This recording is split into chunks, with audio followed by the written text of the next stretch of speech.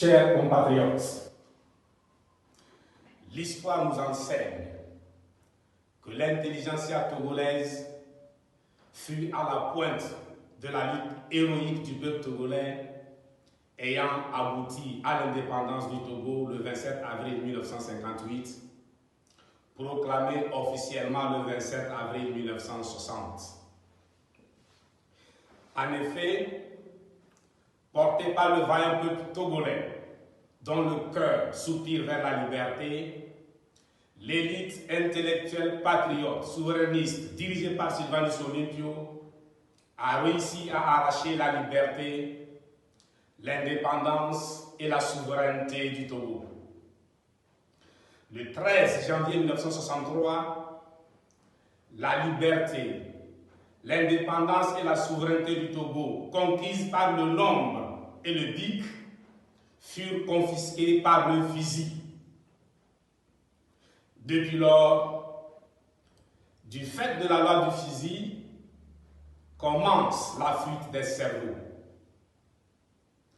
Au fil du temps, de façon exponentielle, aux exilés de première heure et à ceux qui partaient dans l'intention de revenir, mais qui ne sont pas revenus, s'ajoutent ceux qui partent avec l'idée de ne plus jamais revenir dans ce pays réfractaire à la liberté, à la science et au mérite, si ce n'est pour juste reprendre contact avec la terre natale ou pour enterrer un parent.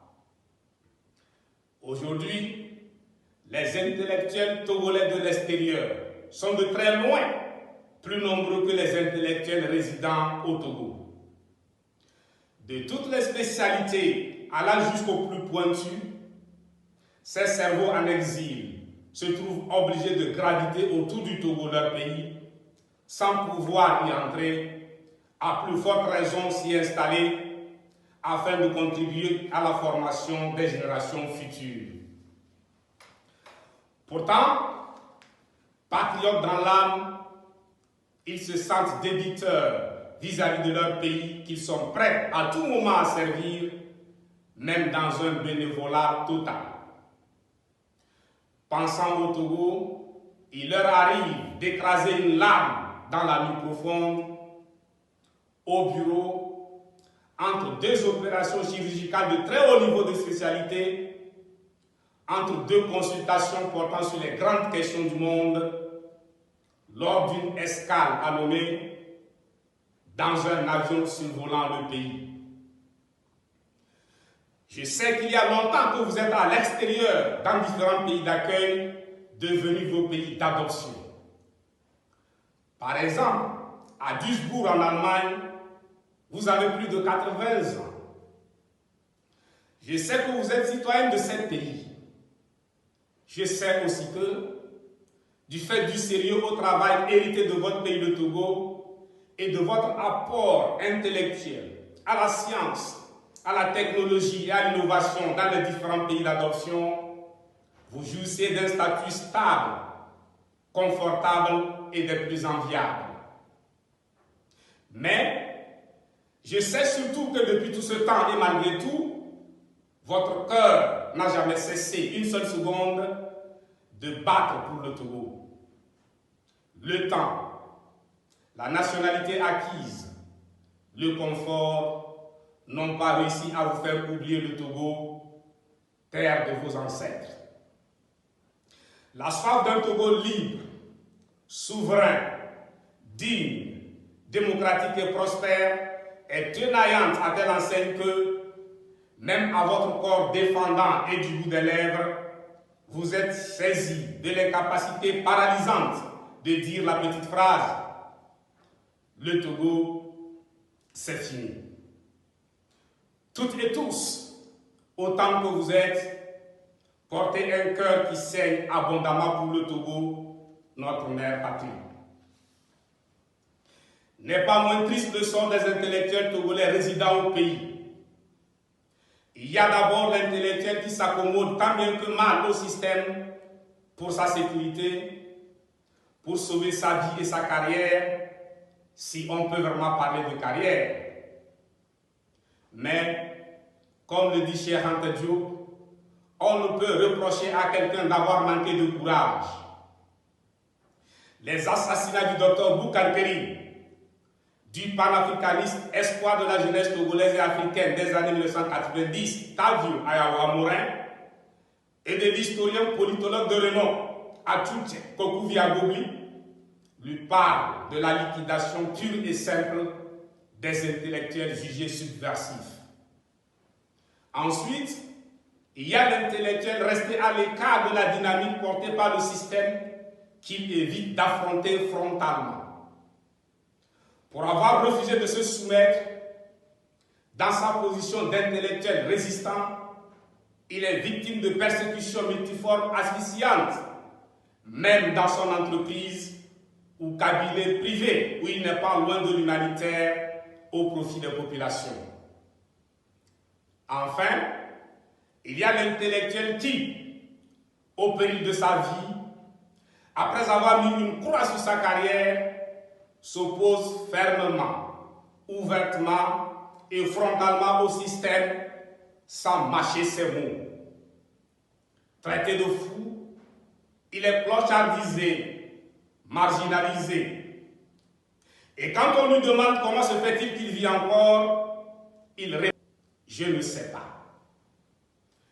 Dans l'ensemble, les intellectuels togolais résidant au Togo sont obligés de se tenir loin ou à une distance raisonnable, sinon prudente, de la lutte de libération du Togo, d'où l'absence de débat digne de ce nom entre universitaires sur la vie politique du pays. Dans la logique machiavélique de conservation du pouvoir à vie par une seule famille, l'excellence des années 1950 fut supplantée par la médiocrité, le clientélisme, le zèle stérile, la paresse. Finalement, notre pays manque de visibilité conséquente dans le monde intellectuel africain et international. Or, depuis les années 1950, l'élite intellectuelle togolaise reste l'une des plus importantes d'Afrique, tant par le nombre que par la qualité. Chers compatriotes, au bout de 60 ans de dictature militaire féroce de père en fils, et avec l'adoption de la Constitution personnelle du 15 mai 2019, consacrant la conservation éternelle du pouvoir d'État par la famille Gnassingbé, nous sommes devant un fait. Le Togo est une monarchie absolue du XXIe siècle. À 7 mandats présidentiels illégaux et illégitimes d'affilée du père au fils, la question togolaise ne se pose plus en termes de mandat présidentiel. Nous sommes bel et bien dans la monarchie absolue de la famille Gnassingbé. Et dans une monarchie, la question de mandat présidentiel est un non-sens, une absurdité. Que vient chercher la question de mandat présidentiel dans une monarchie absolue? Ainsi que je l'ai toujours martelé, les forces armées togolaises, FARC, ne peuvent être une armée de libération. L'armée que nous appelons forces armées togolaises, FARC, comme les forces de sécurité, gendarmerie et police d'ailleurs, ne prêtent pas serment à la constitution togolaise. Elles prêtent serment à la famille Gnassingbé. De ce fait, elles se sentent liées de manière personnelle, pour ne pas dire sacrée à cette famille à laquelle elle doit obéissance absolue. Nos FARC ne jurent pas fidélité au Togo, mais à la famille Gnassingbé et jusqu'au sacrifice suprême. La mort, c'est le sens de l'allégeance du 5 février 2005. Ouvrons bien les yeux. Heureusement, le vaillant peuple togolais, seul libérateur du Togo, n'a jamais courbé l'échine face à la tyrannie barbare. Depuis que la lutte lancée le 5 octobre 1990 fut lancée le 19 août 2017, la stratégie est axée sur la force du nombre pacifique. Avec cette stratégie, le peuple en lutte est parvenu à affaiblir considérablement le régime qui se trouve plongé dans une agonie irréversible. Seulement, à ce jour, force est de constater que la gravité de la situation atypique dans laquelle se trouve le Togo depuis plus de 60 ans contraste manifestement avec le déficit chronique de communication sur le pays à l'extérieur. Les démarches isolées et sporadiques des compatriotes se trouvent noyés dans le flot engloutissant de la diplomatie du mensonge et des mallettes d'argent menées par le pouvoir qui, dans le même temps, sur le territoire national, ne lésine sur aucun moyen pour financer les activités destinées à garantir la diversion de la jeunesse à travers le divertissement par le jeu, le spectacle, la danse, la comédie, le bruit, le tintamarre. Dans ces conditions, et face à la trahison constante du peuple togolais, portée par le système de contribution, de collaboration et de participation CCP, garantir la conclusion de la lutte de libération de notre pays, le Togo, exige un attelage solide entre le nombre pacifique et le BIC. Oui, le nombre, peuple mobilisé, et le BIC, élite intellectuelle, pour libérer le Togo. Le moment est venu pour l'intelligentsia togolaise, dispersée aux quatre coins du monde, du fait de la dictature militaire instaurée depuis le 13 janvier 1963 dans notre pays, de jouer son rôle de premier plan dans la lutte de libération en cours. L'élite intellectuelle togolaise, à l'avant-garde de la lutte destinée à libérer le Togo de la monarchie absolue et à instaurer la démocratie, n'est que le retour normal des choses. La liberté, l'indépendance, la souveraineté et la fierté retrouvées sur la terre de nos ancêtres sont des enjeux hautement nationaux et non politiques. Ainsi, je suggère l'organisation d'urgence de l'intelligentsia togolaise à travers la création du groupe des intellectuels togolais totalement indépendants des politiques et au-dessus des intérêts partisans.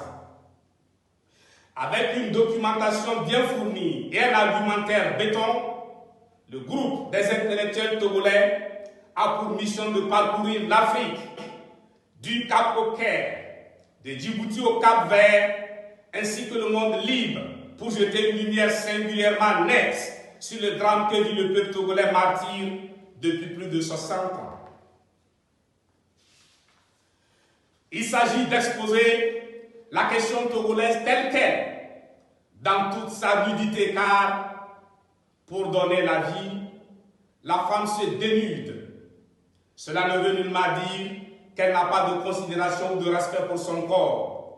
C'est le caractère hautement vital de l'enjeu qui l'exige. Pour l'avocat de la défense de la cause légitime du peuple togolais martyr, dans la peau des pétitionnaires intrépides des années 1950, le groupe des intellectuels togolais entrera partout où besoin est. Il rencontrera toute autorité, toute institution et toute personnalité en fonction ou à la retraite qu'il juge utile pour défendre l'idée d'une transition sans Gnassingbé fort, marquant la fin de la monarchie et le début de la démocratisation véritable du Togo. Il pourra solliciter l'appui des groupes d'intellectuels organisés des autres pays africains.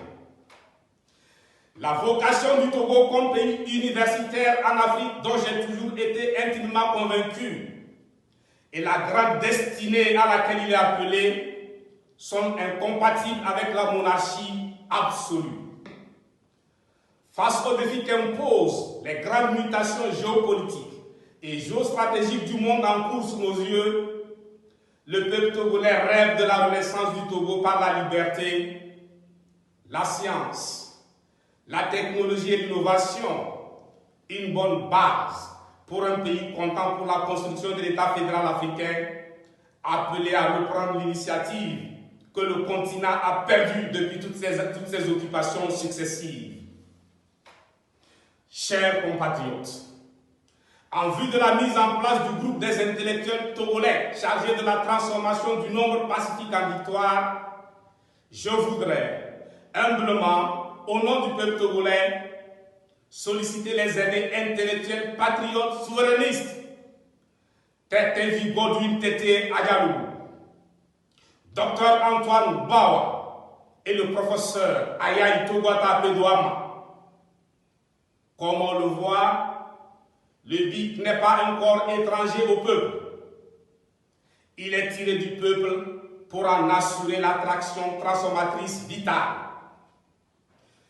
Comment financer les activités du groupe des intellectuels togolais qui, à titre simplement indicatif de ma part, embrasse la première grande rencontre de haut niveau sur le Togo, l'atelier de planification, les rencontres d'échange, les conférences, la recherche et la compilation documentaire, la communication, les voyages de mission, les ateliers de suivi, évaluation et de recadrage.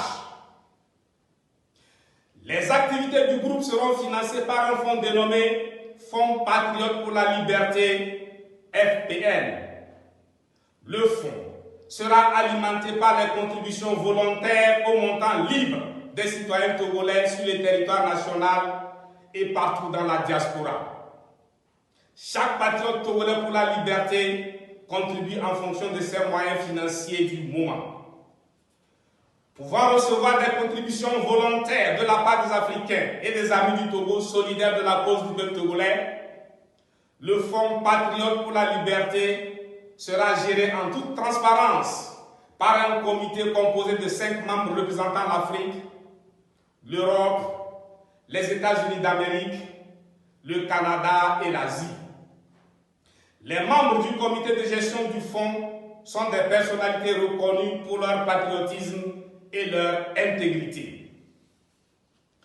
Parallèlement aux activités avant-gardistes incisives du groupe des intellectuels togolais, les manifestations pacifiques gigantesques seront organisées simultanément en Afrique, en Europe, aux États-Unis d'Amérique, au Canada et en Asie pour exiger la fin de la monarchie au Togo en faveur d'une transition sans Fort qui, après avoir libéré tous les détenus politiques et tous les détenus arbitraires, organisé le retour de tous les exilés politiques, se chargera de poser les bases de la refondation d'un Togo démocratique et prospère. Au moment opportun, les manifestations pacifiques gigantesques sur le territoire national suivront. L'initiative, le nombre et le BIC pour libérer le Togo, après avoir été élaborée et affinée par les 3 pilotes, doit pouvoir se mettre en place dans les meilleurs délais. Il appartiendra ensuite au groupe des intellectuels togolais d'adopter une planification détaillée des actions à mener en tenant compte du fait que le temps est contre le peuple en lutte. D'ores et déjà, j'invite tous les patriotes communicateurs actifs sur les réseaux sociaux à se saisir immédiatement de l'initiative, à la porter et à la relayer abondamment au-delà des plateformes et groupes WhatsApp animés par les Togolais entre eux. Avec l'implication des activistes panafricanistes en vue sur la toile, organiser les pleins feux sur le Togo en focalisant dans la durée l'opinion africaine et internationale sur le martyre que vit le peuple togolais depuis plus de 60 ans et la nécessité d'une transition sans Fort. Je ne doute pas un seul instant de la disponibilité. Je ne doute pas un seul instant de la disponibilité de chacun des 3 aînés intellectuels, patriotes et souverainistes dans l'âme. Je n'ai aucune raison de douter de la disponibilité de l'élite intellectuelle togolaise, patriote et souverainiste dans son ensemble. Dois-je parler encore du patriotisme atavique du peuple togolais? Je ne pense pas. À présent, il ne me reste qu'à préciser que toute suggestion ou proposition pour la réussite de l'initiative, le nombre et le BIC pour libérer le Togo doit être dirigée uniquement vers le trio des intellectuels pilotes. Togolais, viens, libérons la cité. Vive le Togo libre, vive l'Afrique libre. Je vous remercie.